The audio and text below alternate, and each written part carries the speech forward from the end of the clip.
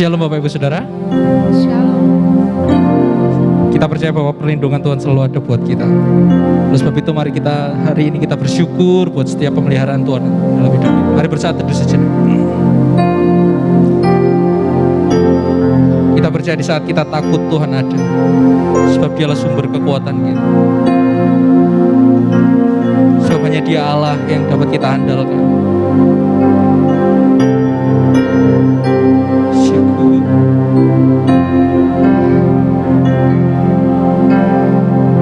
Mari bersama-sama. Di saat aku takut, ku percaya padamu.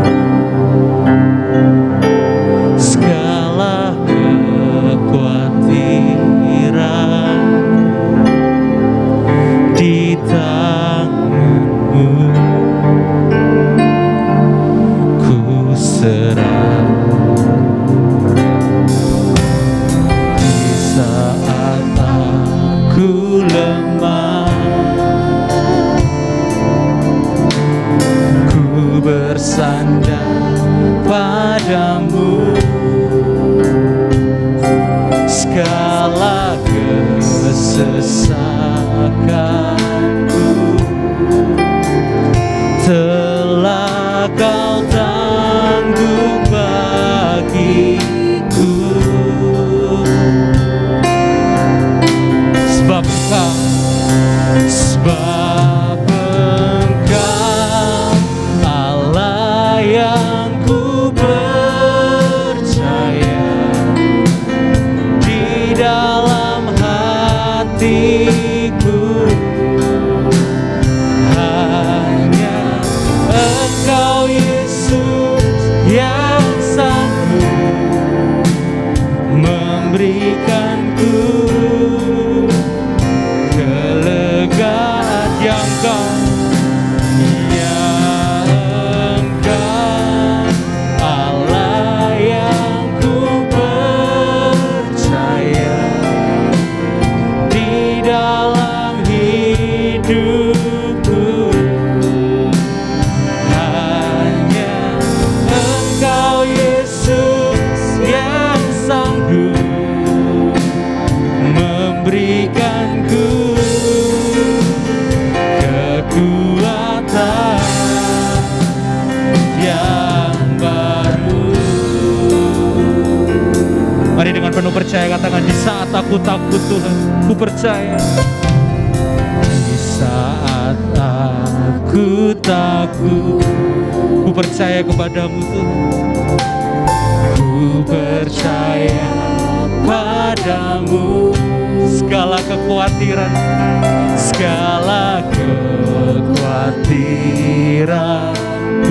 di tangan-Mu.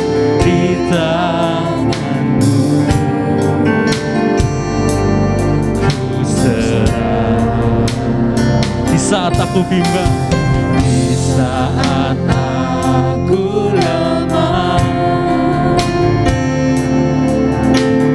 ku bersandar padamu.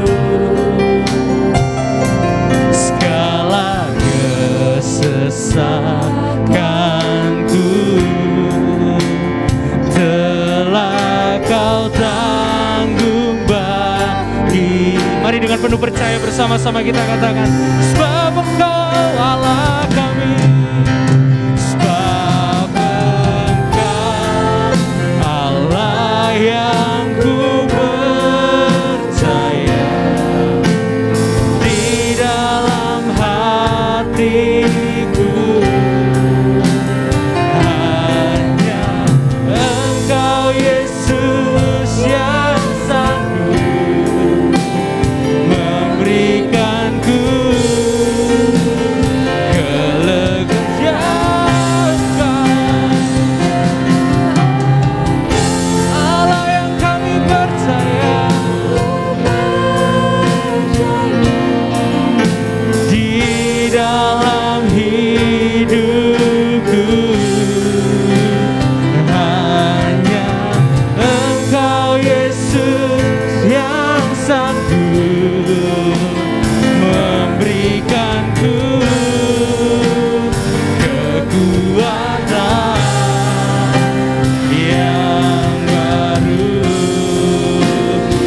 kedua tangan kita bersama-sama di hadapan Tuhan. Sebab Engkau Allah yang ku percaya, di dalam hatiku hanya Engkau Tuhan, Engkau Yesus yang sanggup memberikanku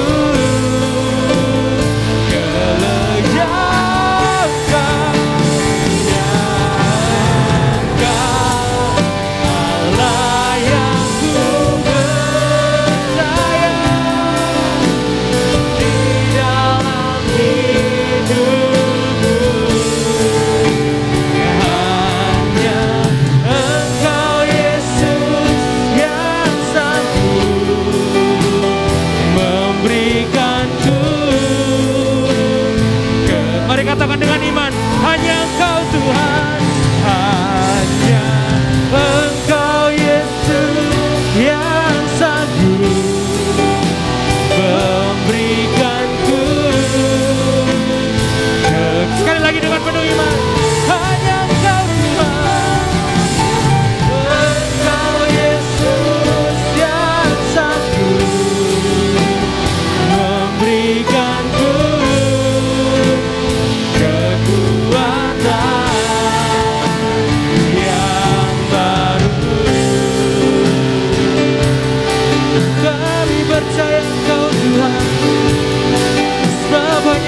kekuatan dalam hidup kami.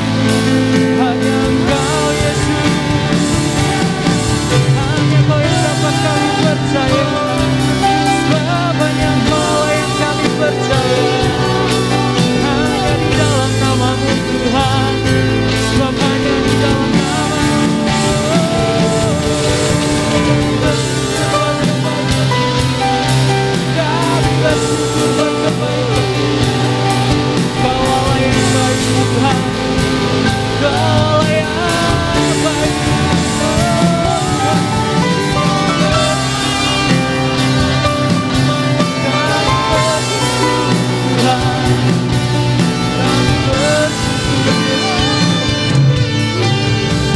Kami bersyukur, kami bersyukur, kami bersyukur.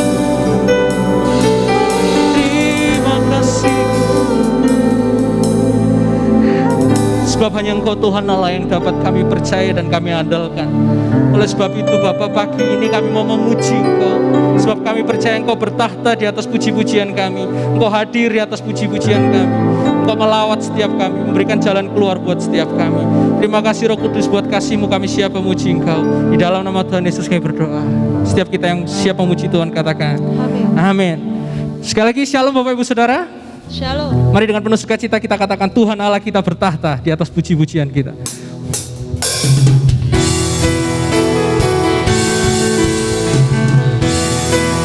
Mari bertepuk tangan bersama-sama.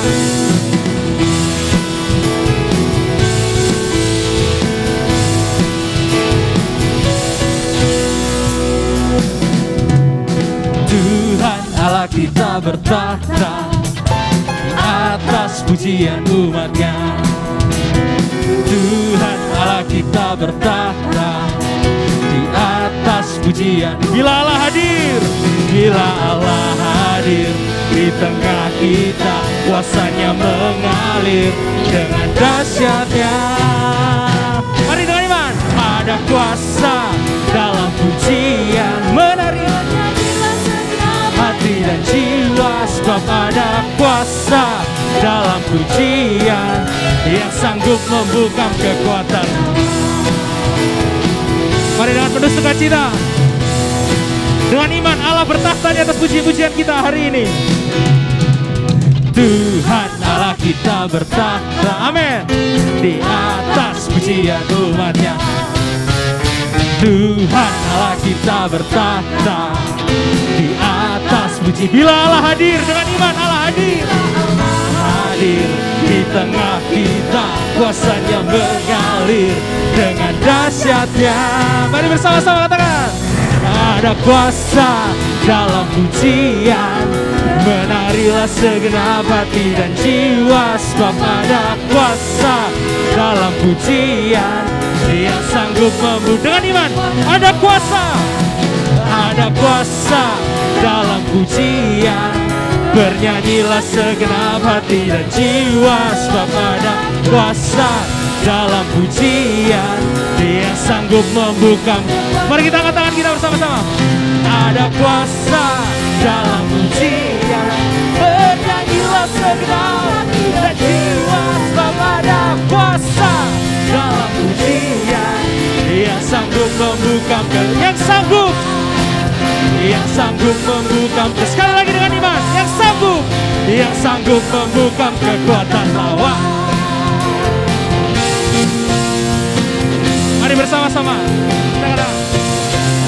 Ada kuasa. Mari kita siapkan hati kita untuk mendengarkan kebenaran firman Tuhan. Musim boleh berganti dalam kehidupan kita, tapi kita percaya Tuhan tetap menolong hidup kita sampai hari ini. Dia Allah yang tidak pernah meninggalkan kita.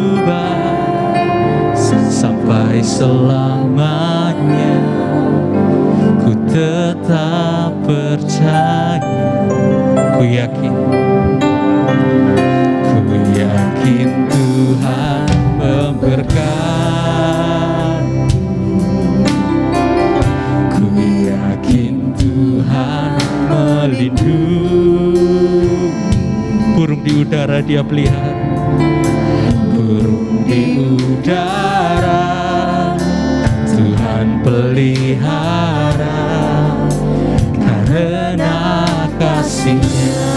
Oleh sebab itu dengan iman kami percaya Tuhan selalu menolongku, selalu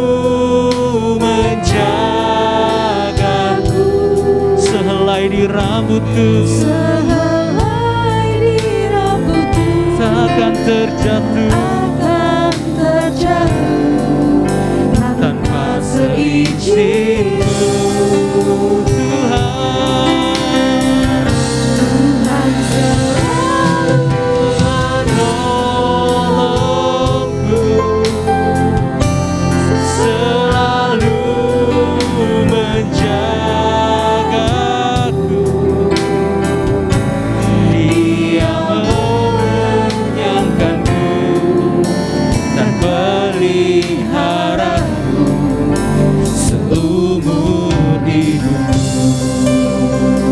Kita renungkan pujian ini.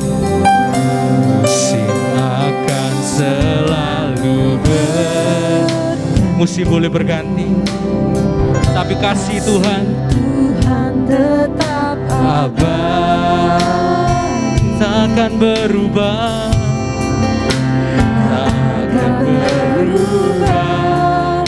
sampai selamanya. Ku tetap percaya. Ku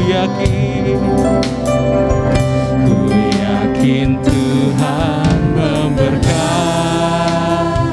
Ku yakin oh Tuhan, melindungi.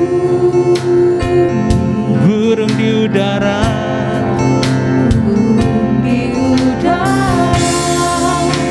Tuhan pelihara karena. Mari setiap kita katakan, Tuhan selalu menolong kami. Tuhan selalu menolong, selalu menjagaku.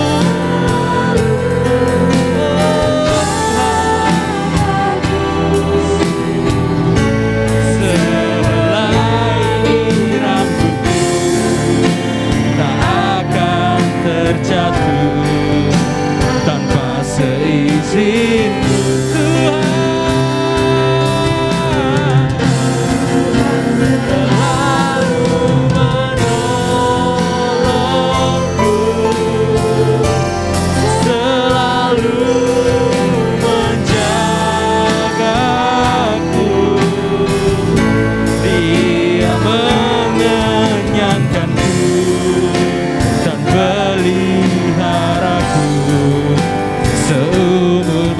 kita.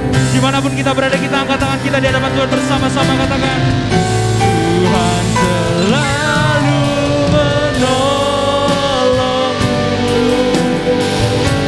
selalu menjagaku, sehelai rambutku tak akan terjatuh tanpa seizinku.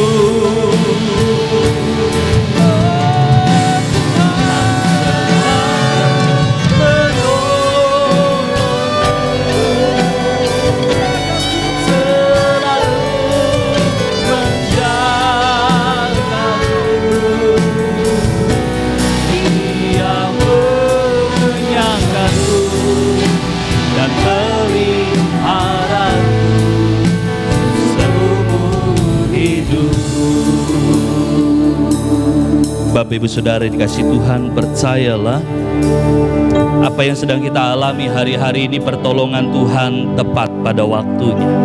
Apa yang sedang kita hadapi, apa yang sedang kita alami hari-hari ini, ada Tuhan yang selalu menolong kita. Ada Tuhan yang tidak pernah meninggalkan kita. Ada Tuhan yang tidak pernah membiarkan kita. Percaya dan mengasihi Tuhan lebih dari segalanya. Kita akan lihat bagaimana pertolongan dan pembelaan Tuhan atas hidup kita. Naikkan referen pujian ini sekali lagi. Tuhan selalu menolong. Ya, Dia selalu menolong kita. Dia pasti menolong kita. Dia menjaga kita. Dia tidak pernah meninggalkan dan membiarkan kita. Sehelai rambutku tak akan terjatuh. Gak akan ada yang terjadi tanpa seizin dari Tuhan.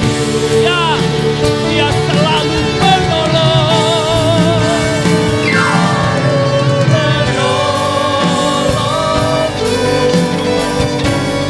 Selalu menjagaku.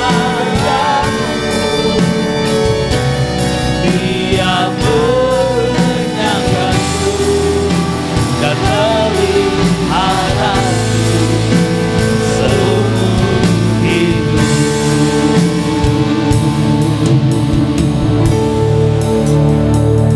Kami percaya pertolongan Tuhan tepat pada waktunya.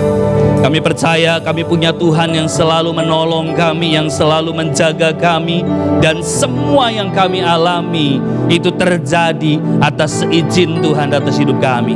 Terima kasih buat hari ini. Kami siap terima firman-Mu, berbicara bagi kami semua, dan kami percaya Allah hadir di tempat kami masing-masing hari ini. Kami percaya ibadah ini menjadi ibadah yang penuh dengan berkat dari Tuhan, sehingga nama Tuhan dipermuliakan. Berbicara bagi kami pada hari ini, untuk kami boleh menerima kebenaran firman-Mu, dikuatkan dan diteguhkan. Di dalam nama Tuhan Yesus, urapan, kuasa, dan otoritas Allah bekerja bagi kami semua. Haleluya. Amin. Puji Tuhan. Bapak Ibu Saudara, yang berdiri silakan duduk. Yang tadi nggak dengar kalau disuruh berdiri, ya nggak apa-apa, tetap duduk. Hari ini kita mau belajar kebenaran firman Tuhan bersama-sama di ibadah online kita hari ini. Bersyukur kita mengalami ini, bukan karena yang lain, karena kita akan mengalami sebuah pembaharuan gereja kita.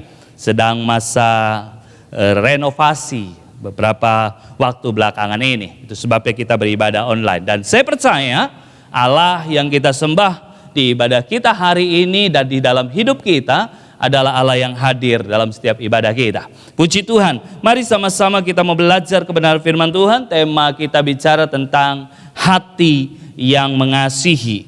Kita buka Alkitab kita bersama-sama, Yohanes pasal yang ke-21 ayat yang ke-15 sampai yang ke-17. Yohanes pasal 21 ayat 15 sampai 17. Ya, saya akan bacakan demikian ayat 15. Yohanes pasal 21 ayat 15 sampai 17. Sesudah sarapan, Yesus berkata kepada Simon Petrus, "Simon, anak Yohanes, apakah engkau mengasihi aku lebih daripada mereka ini?" Jawab Petrus kepadanya, "Benar Tuhan, Engkau tahu bahwa aku mengasihi Engkau." Kata Yesus kepadanya, "Gembalakanlah domba-dombaku." Kata Yesus pula kepadanya untuk kedua kalinya, "Simon, anak Yohanes, apakah engkau mengasihi aku?" Jawab Petrus kepadanya, "Benar Tuhan, Engkau tahu bahwa aku mengasihi Engkau." Kata Yesus kepadanya, "Gembalakanlah domba-dombaku." Kata Yesus kepadanya untuk ketiga kalinya, "Simon, anak Yohanes, apakah engkau mengasihi aku?"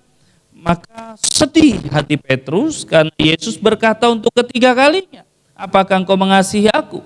Dan ia berkata kepadanya, "Tuhan, Engkau tahu segala sesuatu, Engkau tahu bahwa aku mengasihi Engkau." Kata Yesus kepadanya, "Gembalakanlah domba-dombaku." Amin. Pembacaan firman Tuhan. Bapak Ibu Saudara sidang jemaat yang dikasihi Tuhan, tema kita bicara tentang hati yang mengasihi. Kenapa hati yang mengasihi? Saya percaya ada begitu penting kasih kita di dalam hidup kita.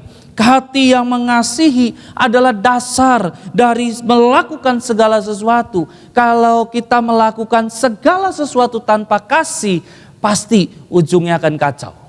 Tapi ketika kita punya dasar mengasihi, hati yang mengasihi, saya percaya segala sesuatu yang kita lakukan, pekerjaan kita, keluarga kita, pelayanan kita, studi kita, apapun yang kita lakukan, kalau didasari dengan kasih, maka itu yang akan membuat kita bergairah melakukannya. Karena saya percaya begini, orang yang melakukan segala sesuatu dengan kasih adalah orang yang bergerak sesuai dengan kehendak Allah. Kalau orang bergerak sesuai dengan kehendak Allah, maka dia tahu betul apa yang menjadi maunya Tuhan, apa yang menjadi maunya Allah. Makanya ayat ini dikatakan sampai 3 kali dikatakan, "Apakah engkau mengasihi aku?"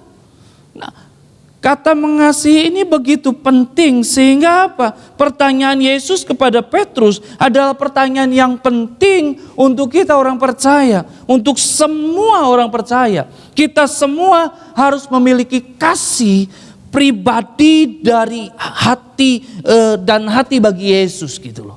Kita semua harus memiliki kasih dari hati untuk kita mengasihi Yesus dan pengabdian kepada Yesus dengan kasih.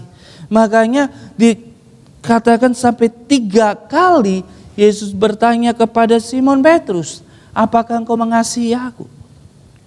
Dari ayat ini ada beberapa poin yang kita bisa pelajari, bahwa 3 hal yang tersirat dalam pernyataan ini. Yang pertama, bahwa kita semua seperti domba-domba ini dikatakan kita butuh perawatan pastoral. Kita butuh digembalakan. Kita butuh seorang gembala yang betul-betul menaungi kita, menjaga kita, memelihara hidup kita. Yang kedua adalah kita senantiasa perlu makan dari firman Allah.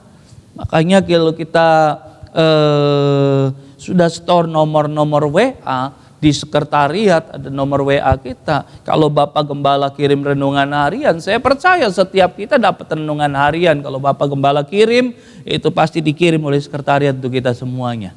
Itu kenapa Bapak Gembala lakukan itu? Bapak Gembala sering berkata, "Saya ingin jemaat Tuhan itu makan dari firman. Makan firman Tuhan yang betul-betul diberikan oleh gembala." Ini beban seorang gembala, bagaimana senantiasa memberi makan kepada domba-dombanya. Karena di ayat ini jelas, kenapa sampai 3 kali? Karena domba itu perlu makan dari firman. Dan yang ketiga adalah karena domba-domba ini cenderung keluyuran, mendekati bahaya. Kita senantiasa memerlukan bimbingan, perlindungan, dan teguran. Makanya mereka yang melayani ketika kita dipercaya sebuah pelayanan, ketika kita memimpin sebuah tempat, suatu tempat, kita punya posisi, kita punya kedudukan, kita punya jabatan, kita punya anak buah, kita punya orang-orang yang ada di bawah kita mungkin yang kita bimbing. Percayalah ketika Tuhan berkata, gembalakanlah domba-dombaku, itu juga terjadi buat hidup kita. Itu juga berbicara bagi kita. Gembalakan kawanan domba yang Tuhan percayakan bagi kita. Saya nggak tahu posisi kita hari ini ada di mana. Tapi yang saya tahu satu hal, ketika Tuhan mempercayakan kita posisi, kedudukan, jabatan, segala sesuatu yang Tuhan percayakan, maka tugas dari Tuhan satu bagi kita semua, gembalakanlah domba-dombaku. Ketika Tuhan berkata gembalakanlah domba-dombaku, maka Tuhan sedang berkata begini, kasihi mereka seperti aku mengasihi kamu. Karena kasih itu begitu penting. Kalau kita bicara perikop pasal 21 dari Yohanes ayat yang ke-15 sampai 19, kita bicara tentang gembalakanlah domba-dombaku. Kita bisa belajar tentang kasih di situ. Kita bisa belajar tentang gembala di situ. Kita bisa belajar tentang domba-domba di situ. Tapi hari ini saya mau mengajak kita belajar tentang kasih, hidup yang mengasihi, hati yang mengasihi, hati yang mengasihi. Ini perlu.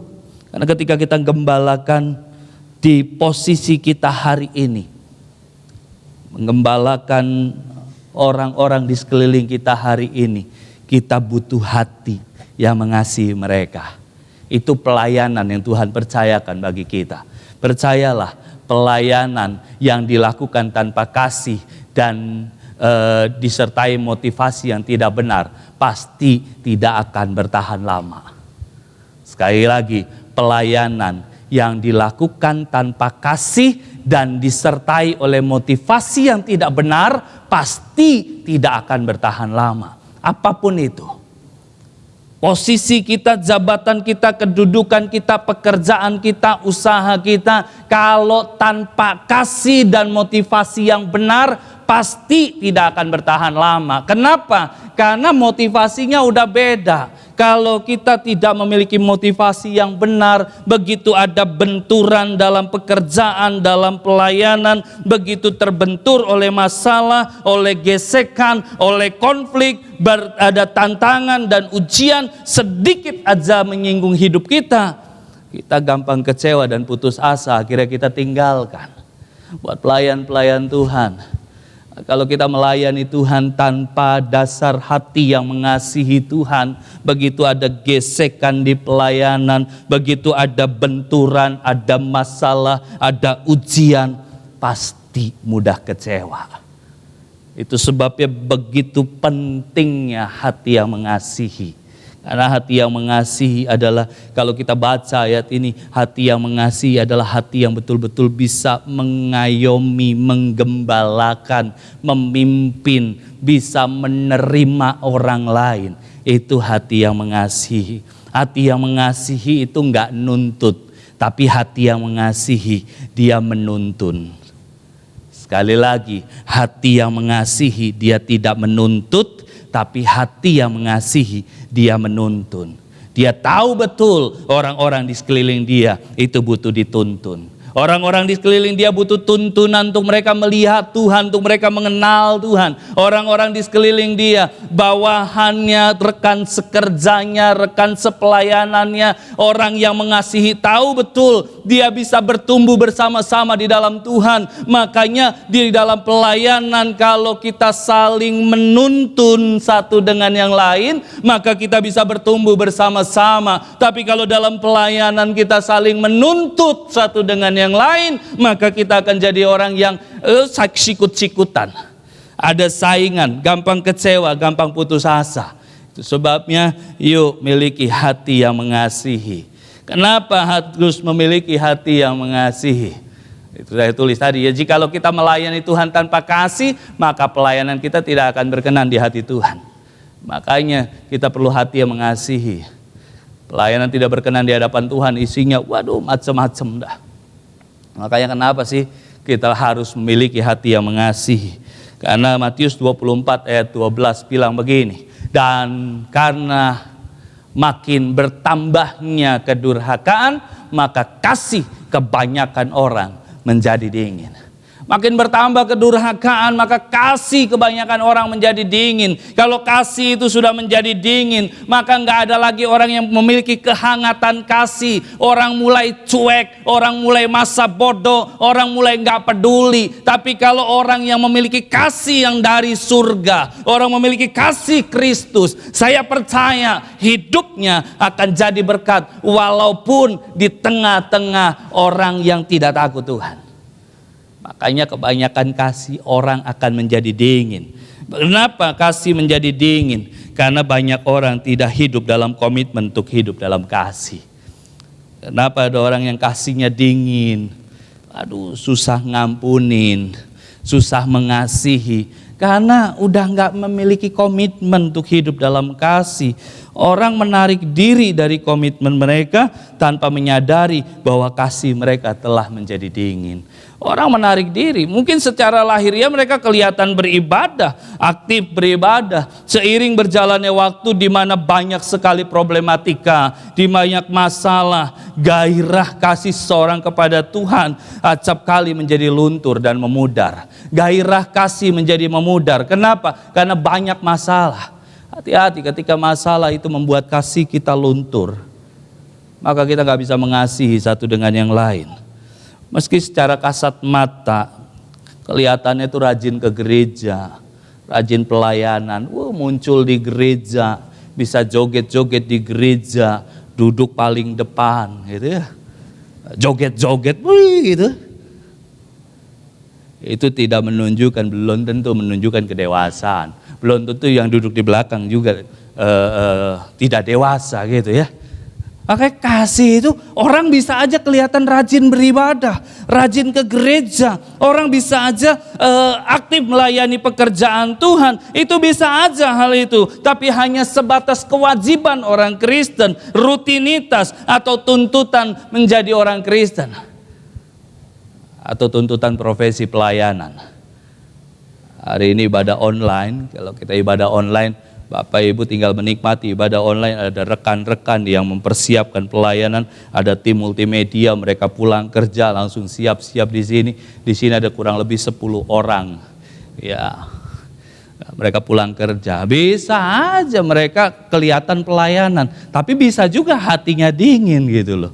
Kita bisa lakukan aktivitas rohani kita walaupun hati kita dingin. Tapi percayalah, kalau kita mengasihi Tuhan, kalau kita melayani segala sesuatu dengan kasih, maka kita nggak akan pernah mengizinkan kasih itu menjadi dingin. Makanya orang kalau memiliki komitmen untuk mengasihi, saya percaya kasihnya tidak akan menjadi dingin. Sekali lagi, kalau kita punya komitmen untuk hidup dalam kasih, untuk memiliki hati yang mengasihi, maka kasihnya tidak akan menjadi dingin. Justru kita bergairah, kita menikmati apapun yang terjadi, kita tetap percaya, hati kita tetap melimpah dengan kasih, hidup kita limpah dengan kasih. Makanya Yohanes bilang begini, Yohanes pasal 13 ayat 34 sampai 35 berkata begini. Yohanes pasal 13 ayat 34 sampai 35. Aku memberikan perintah baru kepada kamu, yaitu supaya kamu saling mengasihi. Sama seperti aku telah mengasihi kamu, demikian pula kamu harus saling mengasihi. Dengan demikian, semua orang akan tahu bahwa kamu adalah murid-muridku, yaitu jikalau kamu saling mengasihi. Jadi ketika kita saling mengasihi, orang lihat kita. Situ saya garis, saya kasih warna yang berbeda, dikatakan semua orang akan tahu bahwa kamu adalah murid-muridku, yaitu kalau kamu saling mengasihi. Orang kalau saling mengasihi, saya percaya kasihnya nggak akan menjadi dingin, kasihnya nggak akan menjadi tawar, karena dia tahu dia hidup karena kasih Tuhan, maunya saling mengasihi. Makanya kita menjadi manusia, kita akan menjadi manusia yang berdampak di dunia, karena kita akan membuktikan kuasa kasih Kristus yang nyata di dalam kita. Kita berdampak bagi dunia, kita berdampak, hidup kita berdampak ketika kita tetap mengasihi. Orang yang nyakitin kita, kita tetap mengasihi. Itu kita berdampak. Orang yang mengasihi, orang yang menyakiti kita, mengecewakan kita, meninggalkan kita, kita tetap mengasihi dia, itu hidup kita sedang berdampak. Beberapa waktu lalu saya tulis begini, bahwa orang yang kita kasihi, orang yang kita sayangi, orang yang kita bantu, orang yang kita tolong, satu saat mereka bisa tinggalkan kita. Mereka bisa tinggalkan kita. Tapi ingat, satu saat mereka juga bisa kembali lagi dalam hidup kita. Yang udah nyakitin kita, udah ngecewain kita, udah merugikan kita, pokoknya udah hancur-hancuran di hadapan kita, dia bisa balik lagi buat hidup kita. Saat mereka kembali dalam hidup kita, saat itulah ketulusan kasih kita sedang diuji. Kita masih dendam sakit hati sama dia, atau kita mau betul-betul melepaskan pengampunan. Karena saya percaya begini, orang kalau memiliki hati yang mengasihi, separah apapun disakiti, dia bisa menerima kembali, walaupun tidak bisa berhubungan seperti sedia kala. Mungkin ada jarak, tapi dia usah mengampuni, udahlah. Makanya kalau kita hidup di dalam kasih, maka kita akan membuktikan kuasa kasih Kristus, dan orang itu di sekeliling kita, mereka melihat. Markus 12 bilang gini, ayat 30-31, kasihilah Tuhan Allahmu dengan segenap hatimu, dan dengan segenap jiwamu, dan dengan segenap akal budimu, dan dengan segenap kekuatanmu. Dan hukum yang kedua ialah kasihilah sesamamu manusia seperti dirimu sendiri. Kalau engkau mengasihi Tuhan, maka kasihmu kepada orang lain akan sama seperti kasihmu kepada Tuhan. Tanya kiri kanan keluarga kita, apakah engkau mengasihi Tuhan? Kalau engkau mengasihi Tuhan, maka kasihmu kepada sesama itu juga sama. Kasihmu kepada orang lain akan seperti kasihmu kepada Tuhan. Makanya semakin kita mengasihi Tuhan tanpa syarat, maka kita semakin bisa mengasihi orang lain tanpa syarat. Sekali lagi, semakin kita mengasihi Tuhan tanpa syarat, maka kita bisa mengasihi orang lain tanpa syarat. Aku akan mengasihi kamu kalau kamu gini, kalau kamu mengasihi aku, kalau kamu enggak merugikan aku. Enggak. Kalau kita mengasihi Tuhan tanpa syarat, udahlah pokoknya Tuhan, saya berserah, saya percaya sama Tuhan, saya berserah sama Tuhan, saya mengasihi Tuhan. Karena saya percaya Tuhan punya rancangan yang indah buat hidup saya. Berapa minggu ke depan kita akan bicara tentang rancangan damai sejahtera. Tuhan punya rancangan damai sejahtera buat hidup saya. Saya udah percaya tanpa syarat. Walaupun saya nggak ngalamin apa yang saya doakan hari ini, walaupun saya belum mendapatkan apa yang saya pergumulkan hari ini, walaupun saya belum doa-doa saya belum dijawab oleh Tuhan hari ini, saya masih tetap mengasihi Tuhan. Sama ketika kita mengasihi Tuhan tanpa syarat, maka kita bisa mengasihi orang lain tanpa syarat. Walaupun dia belum menjadi sesuai dengan apa yang saya harapkan, walaupun belum sesuai dengan harapan saya akan tetap bisa mengasihi dia seperti kasih saya kepada Tuhan. Karena kasih itu tanpa syarat. Kasih itu tidak menuntut. Kasih itu berkorban. Ketika hati kita hati yang mengasihi, itu berarti hati kita hati tanpa syarat. Kita mengasihi orang lain, nggak ada syarat apapun. Kita terima orang lain, nggak ada syarat apapun. Karena kita tahu, saya mengasihi Tuhan tanpa syarat. Tuhan mengasihi saya tanpa syarat, maka saya juga akan mengasihi orang lain tanpa syarat. Kalau kita mengasihi orang lain tanpa syarat, maka kita sedang hidup di dalam kasih, maka kita sudah memiliki hati yang mengasihi. Bagaimana hati yang mengasihi itu? Hati yang mengasihi 1 Korintus pasal 13 ayat 4 sampai 7 itu bicara tentang kasih. Ayat 4 sampai 7 Alkitab berkata begini, kasih itu sabar, kasih itu murah hati, ia tidak cemburu, ia tidak memegahkan diri dan tidak sombong. Ingat, kasih itu sabar, kasih itu murah hati. Udah nggak pelit orang yang mengasihi, dia tidak cemburu. Bapak Gembala sering tanya kalau sedang konseling pernikahan, saya juga sering tanya kalau konseling pernikahan. Saya konseling pernikahan sudah beberapa puluh pasang, saya juga nanya gitu, kamu cemburu gak? Oh iyalah kan gitu. Iyalah cemburu lah gitu kan. Pasti cemburu. Tapi ingat, kasih itu tidak cemburu. Ia tidak memegahkan diri, ia tidak sombong. Ia tidak melakukan yang tidak sopan. Kalau saya konseling pernikahan, saya tanya, kamu mengasihi pasangan kamu gak? Oh mengasihi. Kalau kamu mengasihi pasangan kamu akan jaga pasangan kamu tidak melakukan yang tidak sopan. Tanganmu enggak tangan yang gerayangan. Tanganmu bukan tangan yang ringan tangan. Ratakan segala macam. Tanganmu betul-betul tangan yang sopan. Karena kasih. Kalau melakukan yang tidak sopan, apalagi masih pacaran, berarti itu tidak atau bukan kasih namanya. Makanya kasih itu tidak melakukan yang tidak sopan dan tidak mencari keuntungan diri sendiri. Ia tidak pemarah dan tidak menyimpan kesalahan orang lain. Orang lain berbuat salah sama kita, ya sudah. Karena semua orang di sekeliling kita itu pasti mereka bisa berbuat salah kepada kita. Nggak ada satu orang pun di sekeliling kita yang nggak bisa buat salah. Kenapa? Karena kita banyak tuntutan buat mereka. Makanya kasih itu tidak menyimpan kesalahan orang lain. Ada yang buat salah sama kita, kita berkata, nggak apa-apa, wajar, namanya juga manusia. Ayat 6 bilang gini, ia tidak bersukacita karena ketidakadilan, tetapi karena kebenaran. Orang yang memiliki kasih, maka dia hidup di dalam kebenaran. Ia menutupi segala sesuatu, percaya segala sesuatu, mengharapkan segala sesuatu, sabar menanggung segala sesuatu. Ternyata orang yang memiliki hati yang mengasihi adalah orang yang sabar menanggung segala sesuatu. Kalau Bapak Ibu Saudara sedang beribadah bersama-sama dengan keluarga, bilang bersama-sama, sabar menanggung segala sesuatu.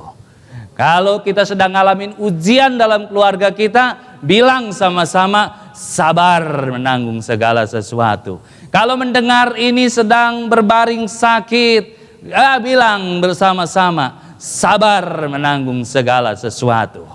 Karena orang yang memiliki kasih adalah orang yang dapat menanggung segala sesuatu. Sabar menanggung segala sesuatu. Kalau hari-hari kita sedang ujiannya begitu berat, apa yang kita doakan belum dijawab oleh Tuhan, udah doa 5 tahun, 10 tahun, 20 tahun, mungkin ada yang sedang bergumul untuk rumah, kau sedang bergumul mau punya rumah tapi belum punya rumah, belum dijawab oleh Tuhan, sabar menanggung segala sesuatu, itu berarti kita memiliki hati yang mengasihi.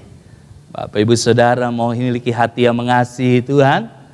Mari belajar bersama-sama kita sabar menanggung segala sesuatu. Ingat, kasih bukan berarti selalu melakukan yang menyenangkan, namun selalu melakukan yang terbaik. Kasih memberi kebaikan walau kadang perlu ketegasan. Ingat, mengasihi itu harus lembut dan tegas. Lembut bukan berarti gampangan, tegas bukan berarti keras, tetapi ketika kita mengasihi, kita bisa fleksibel. Kalau salah, ya ditegur, itu mengasihi. Sepanjang hidup kita, tidak akan ada suatu waktu di mana kita tidak menemukan batu-batu sandungan. Namanya hidup, pasti ngalami batu sandungan. Orang tidak tersandung karena batu karang yang gede, tapi karena kerikil-kerikil kecil. Tersandung adalah berhenti berjalan. Udah, gara-gara kasih yang tawar,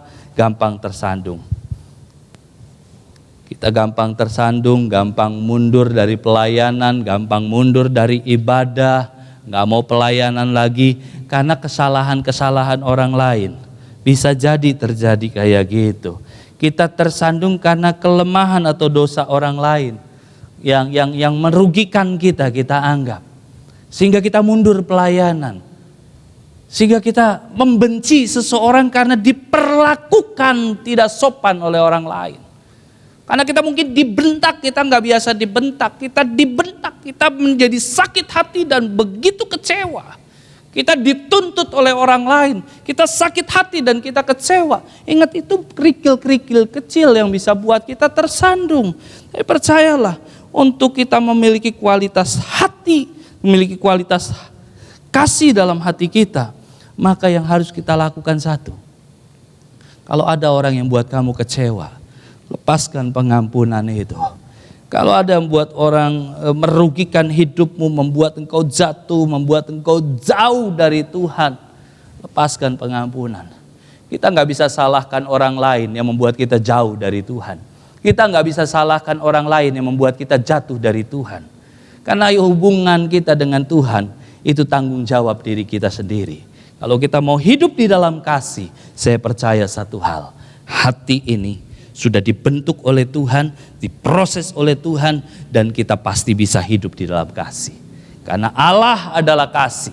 Ketika Allah adalah kasih, Dia mengasihi hidup kita tanpa syarat. Maka kita juga harus mengasihi orang lain tanpa syarat. Kalau hari ini kita sedang punya syarat-syarat untuk kita mengasihi, mungkin kita sedang konflik dengan pasangan kita. Mungkin kita sedang konflik dengan rekan pelayanan kita. Mungkin kita sedang konflik dengan orang-orang di perusahaan kita. Orang-orang yang sedang bersinergi dengan kita. Dan kita mau mengampuni dia. Kalau dia mau jadi A, B, C, D, kita tuntut dia melakukan sesuatu. Itu bukan kasih. Kalau kita mengasihi, terima dia apa adanya. Terima dia dan ampuni segala kesalahannya. Lepaskan pengampunan. Mungkin Bapak Ibu Saudara berkata, gampang ngomong mengampuni. Bukan masalah gampang atau tidak, tetapi mengampuni bicara mau atau tidak. Kalau kita memiliki hati yang mengasihi, saya percaya kita adalah orang-orang yang mau melakukan yang terbaik untuk hati dan hidup kita yang terbaik. Mari lakukan yang terbaik bersama-sama. Saya percaya kita akan jadi orang yang mau terus bertumbuh dalam Tuhan. Kita kuat di dalam Tuhan ketika kita memiliki hati yang mengasihi. Tuhan memberkati kita semua. Biarlah renungan firman Tuhan pada malam hari ini, pada pagi, siang, sore atau malam hari ini, Bapak Ibu Saudara mendengar acara ini, mengikuti ibadah ini, saya percaya satu hal. Ada kasih Tuhan yang gak pernah terbatas oleh hidup kita. Kalau kita nyembah Tuhan dengan tulus dan kagum akan Tuhan, maka kita akan lihat hati kita sebenarnya seberapa sih kita mengasihi Tuhan. Yuk, hari ini Tuhan mengingatkan kita hati yang mengasihi. Biarlah ketulusan, kekaguman untuk kita bisa berikan kepada Tuhan.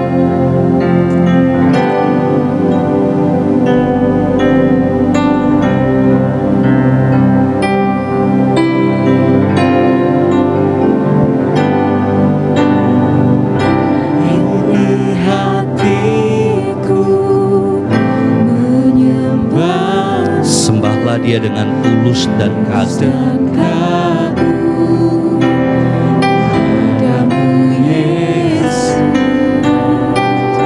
Ini hati, gak ada satu orang pun yang sempurna. Kita perlu campur tangan Tuhan dalam hidup kita.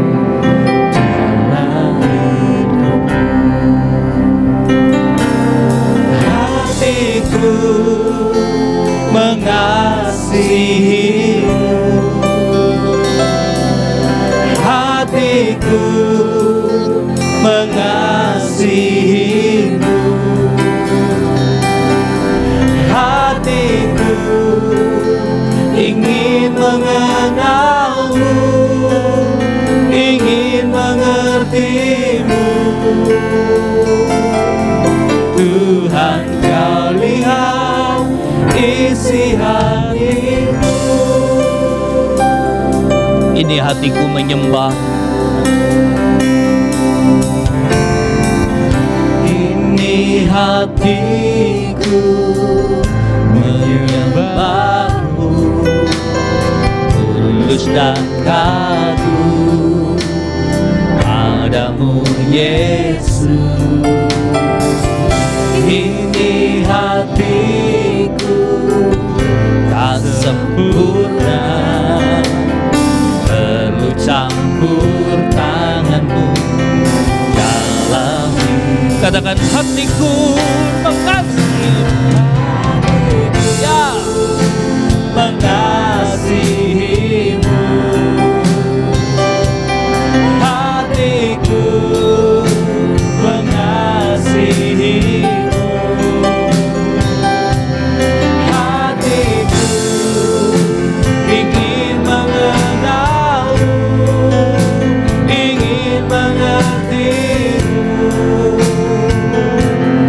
Tuhan, kau lihat isi hatiku mengasihimu, hatiku mengasihimu.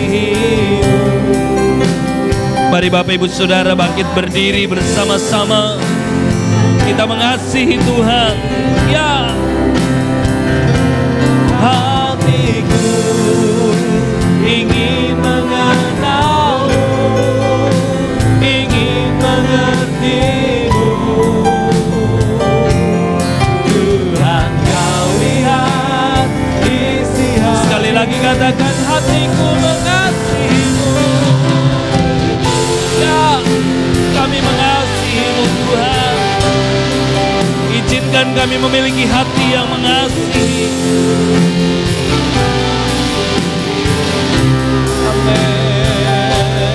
Hatiku ingin mengenalmu, ingin mengertimu. Tuhan, kau lihat isi hatiku.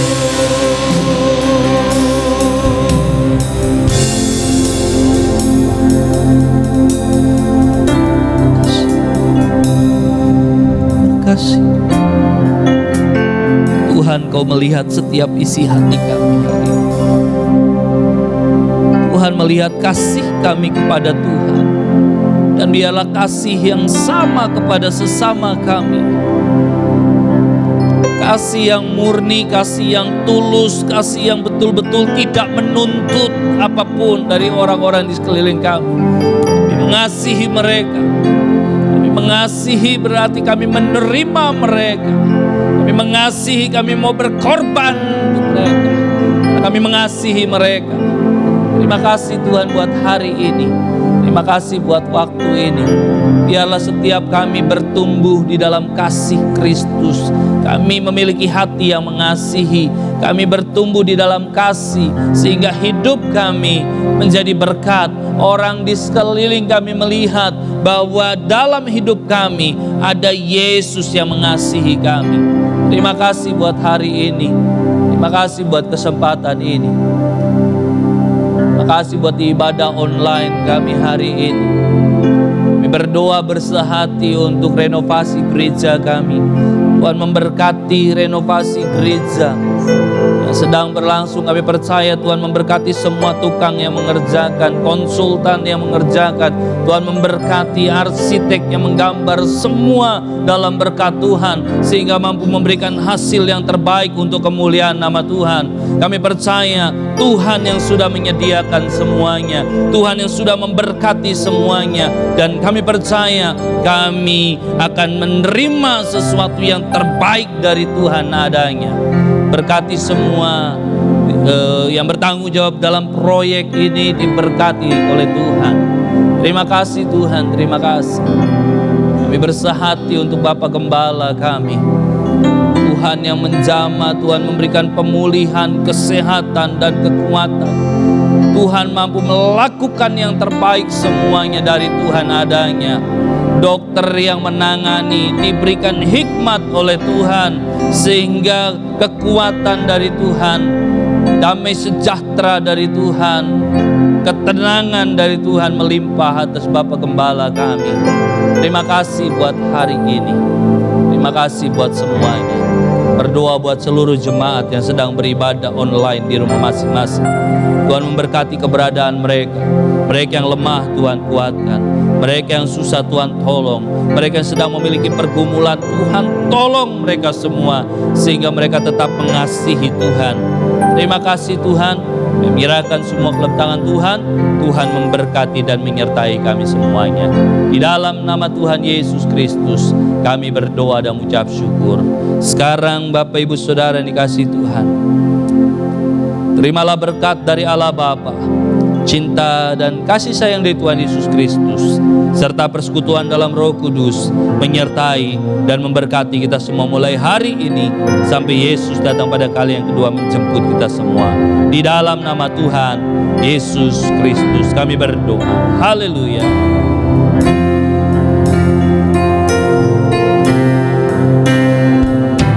Bapa, terima kasih. Bapa, terima kasih. Bapa di dalam surga, syukur, terima kasih.